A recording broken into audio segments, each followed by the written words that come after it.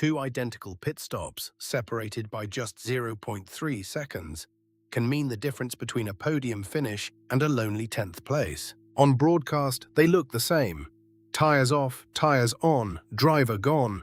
But underneath that choreography lies a war of millimeters and milliseconds. Today, we're pulling the telemetry, the high-speed footage, and the real data from stops that won races and ones that haunted their teams for months. Because in Formula One, your pit stop doesn't just lose you time, it loses you championships. Mercedes stop at Abu Dhabi 2016, 2.31 seconds, flawless. Nico Rosberg's tyres were on before Lewis Hamilton's crew had even cleared the garage. That half-second gap didn't sound like much during the race broadcast, but it was the margin that kept Rosberg ahead through the restart, through the final lap, and into the points lead that crowned him champion. Meanwhile, Ferrari's front-left gunman at Hungary 2021 had a 0.7-second delay. A cross-thread, an extra half-turn, and suddenly Charles Leclerc went from P3 to P7, costing them a podium and exposing how a single mistake ripples through strategy and damage control for the rest of the season. The gap between elite and second-tier pit crews isn't luck or magic. It's preparation, rig precision, and the ability to rehearse the same 2.3 seconds until every member moves like a single organism. This is where races are won and lost before the lights even come back on. Let's zoom into what happens during those 2.3 seconds. Because it's not just about speed, it's about synchronization at the edge of physics and human precision. When a car enters the pit box, the driver must hit a specific mark, usually marked by a white line on the tarmac. Miss it by 30 centimeters and the front left gunman is out of reach. That's why teams paint the pit box entrance and rehearse braking points thousands of times. The moment the car stops, 4 tire technicians crouch with pneumatic nut guns, tools spinning at 10,000 revolutions per minute, and they have to remove 5 wheel nuts per corner, 8 in total per stop. Each nut must be fully disengaged or the tire won't release, and if it does come off mid-installation, you're looking at a £50,000 fine and a failed stop. While the nuts are coming off, the wheel carrier underneath springs out on air cylinders with enough force to support the car's weight instantly.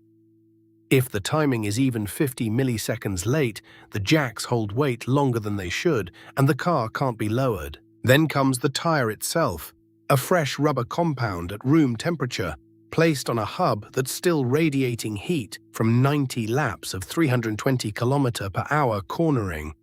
The temperature differential is enormous, and that's why the fit has to be perfect.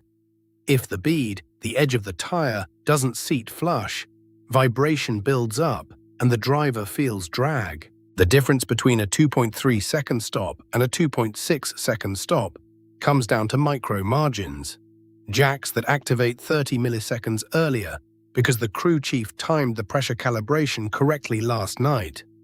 Nut guns with exact torque settings so the final turn snaps clean without hesitation.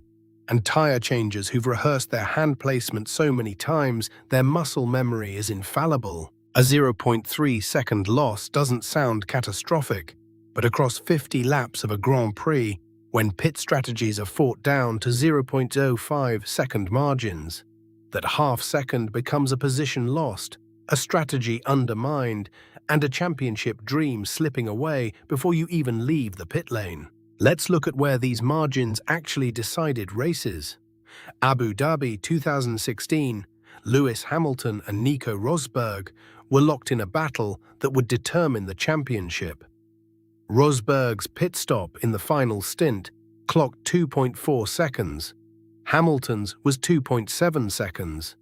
That 0.3 gap wasn't talent or bravery. It was a single nut gun on Hamilton's rear left that hesitated for one extra rotation. The Mercedes crews were identical in skill, identical in equipment spec. But Hamilton's gun had been calibrated slightly tighter to prevent over-torque failures. On that day, that calibration cost him position and nearly the championship. He finished second by 2 points. 2 points from a pit stop margin smaller than a blink. Now jump forward to Monaco 2015. Sebastian Vettel's Ferrari was charging, but his first stop was 2.8 seconds, nearly half a second slower than his teammate Kimi Raikkonen's 2.3-second stop. Why?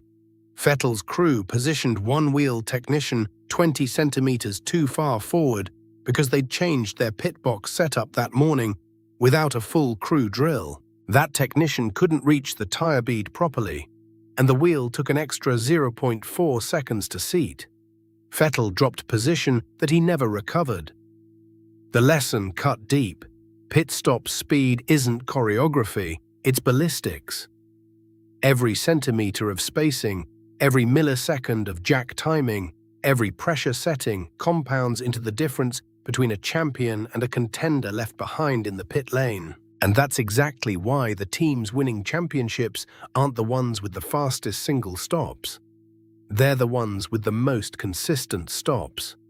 Because when you pit 4 or 5 times in a race and your margin is 0.3 seconds each time, you're talking about a second or more advantage by the checkered flag. That's not fine-tuning, that's championship mathematics. Now imagine this. 2 identical crews, same car, same tires, same pressure in the jack. One stops at 2.3 seconds, the other at 2.6 seconds. A 3/10ths gap that looks invisible on the broadcast. Over a full race distance with multiple pit stops, that tiny repeated margin compounds into a full position, sometimes 2. That's not luck. That's the difference between a champion's pit lane and one that gets left behind. So here's what you need to remember. Pit stop consistency beats raw speed every single time. Championship teams don't chase the fastest stop. They chase the most reliable one, lap after lap, race after race. And those tiny margins, those hundredths you can't see on broadcast, they add up to positions, points, and ultimately titles. That's the invisible choreography that separates winners from the rest of the grid. Now we've only scratched the surface of pit lane strategy. There's tire degradation analysis, fuel flow optimization, and brake temperature management all feeding into stop timing. Which topic should we dive into next? Drop your vote in the comments, and please subscribe so you don't miss the next episode, where we go even deeper into the mechanics that decide championships. Thanks for watching.